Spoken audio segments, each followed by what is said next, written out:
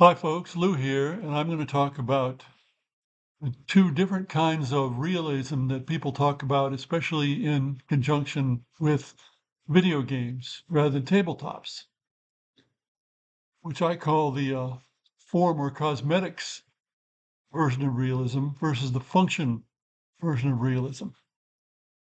Well, what brought this on? I saw a headline online about, quote, most realistic game yet, unquote, and they meant video game, of course. And there was a picture of a female video game character. It was really difficult to be sure that that was a drawing rather than an actual photograph.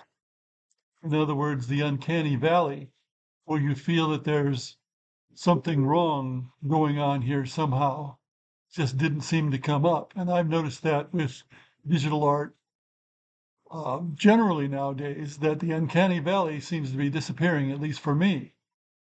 I have a lot of trouble differentiating between good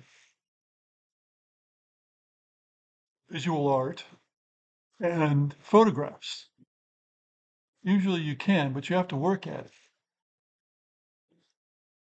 So this headline was talking about photorealism or cosmetic realism, not about functional realism. And we can take World of Warships as an example of photorealism and World of Tanks as well, in what amounts to an arcade game that is highly unrealistic. The ships look great in World of Warships. The damage looks realistic. A lot of things look realistic, and yet the play of the game is nonsense. It's not anything like the real world ever was. And that was true whether you're using actual World War I and II warships or whether we're using all the invented ships that are in the game nowadays. The technology is there to make more realistic video games in function, that is, that function like the real world. But most players don't want that kind of thing.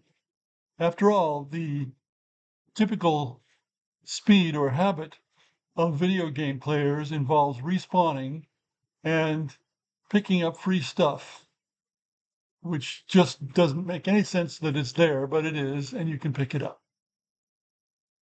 That's the speed of most players. And that's not functionally realistic at all, but it can be photorealistic. And we have to be honest, serious game players want to feel as though they can control what happens, that their fate is in their hands, which is the opposite of life in general and of conflict in particular. Conflict has a lot of chance involved. And things go wrong and it's not fair, but that's the way it is. Well, people want games to be fair, and so that kind of thing, the actual realism, tends to be left out. Thanks for listening.